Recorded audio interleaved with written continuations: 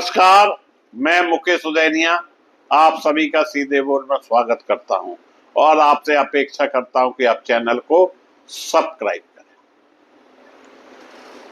दोस्तों, बहुत ही अरमान के साथ उनके अभिभावक अपने बच्चों को पढ़ाते और बच्चे भी सुनहरे सपने देखते हैं और जब मेहनत पर पानी फिर जाए, खबरें आने लगे, पेपर लीक हो गया, तो बच्चे अपनी जान दे देते। लेकिन जिम्मेदार मुंह से एक शब्द भी नहीं बोलते। नमस्कार, मैं मुकेश उदैनिया, आप देख रहे हैं सीधे बोल यूपी।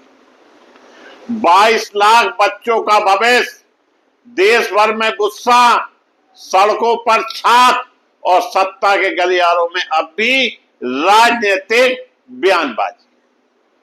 नीट पेपर लीक मामला अब सिर्फ परीक्षा घोटाला नहीं बल्कि देशव्यापी राजनीतिक तूफान बन चुका है।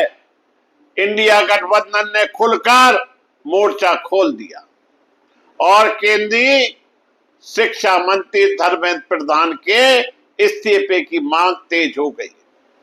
विपक्ष का आरोप है कि जब लाखों छात्रों का भविष्य बर्बाद हुआ है, तब सरकार संवेदनशील बनी रही। सीबीआई जांच में अब तक कई बड़े नाम सामने आए। जांच एजेंसियां ने राजस्थान, हरियाणा, महाराष्ट्र से कई आरोपियों को गिरफ्तार किया। इसमें जयपुर के दिनेश बिवाल, मंगीलाल बिवाल, विकास बिवाल, गुरुग्राम का यश यादव और नासिक का शुभम खैरनार शामिल बताए जा रहे हैं। बाद में पुणे के प्रोफेसर पी.बी. कुलकर्णी का नाम भी सामने आया है, जिन पर पेपर सेटिंग नेटवर्क से जुड़े होने के आरोप हैं। सीबीआई का दावा कि paper WhatsApp group, coaching network और कोरियर चैन के जरिए कई राज्यों तक पहुंचाया गया।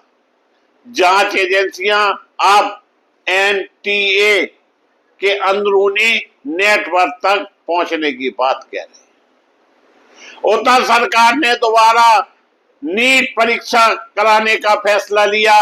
फिलहाल 21 जून को परीक्षा कराई जाएगी, जबकि कई छात्र संगठनों के बीच 22 जून को लेकर भी चर्चा चल रही है। सरकार ने साफ किया कि दोबारा परीक्षा देने वाले छात्रों से कोई नई फीस नहीं ली जाएगी और री रजिस्ट्रेशन भी नहीं होगा। सवाल ये नहीं है कि फीस ली जाएगी, री रजिस्ट्रेट का सवाल ये है कि जिन बच्चों ने मेहनत से तैयारी की, यह कोई नया मामला नहीं है। परीक्षा लीक क्या, ऐसा कई बार हो चुका है। हमेशा जांच एजेंसी बैठती है, सीबीआई बैठती है और बाद में मामला रफा दफा कर दिया जाता है। लगता है परीक्षा लीक में केंद्र सरकार सटक बनाने जा रही है। लेकिन सवाल अब भी वही, क्या सिर्फ री एग्जाम से छात्रों का टूटा भरोसा लौट आएगा? दिल्ली, जयपुर, पटना, नागपुर, लखनऊ, भोपाल, चेन्नई समेत कई शहरों में छात्र संगठनों, युवा समूह ने प्रदर्शन किए। वहीं शिक्षा मंत्री का पुतला फूंका गया, वहीं एनटीए के खिलाफ नारे लगे तो कई छात्रों ने भविष्य बचाओ मार्च निकाला। नागपुर में एबीवीपी और यूथ कांग्रेस दोनों ने सड़क पर धरना प्रदर्शन किया। दिल्ली में NSUI और कई छात्र संगठन शिक्षा मंत्रालय के बाहर प्रदर्शन करते दिखे। इस पूरे विवाद के बीच बिहार के नेता जितेंद्र राम मांझी का बयान भी विवादों में आ गया। अनपढ़ जैसी बात कर रहे हैं जब उन्होंने इसे विपक्ष या मुस्लिम राजनीति से जोड़ने की बात कही। वहीं केंद्रीय मंत्री रामदास अठकले ने कहा कि राहुल गांधी को बताना चाहिए कि पेपर लीक कैसे रुके।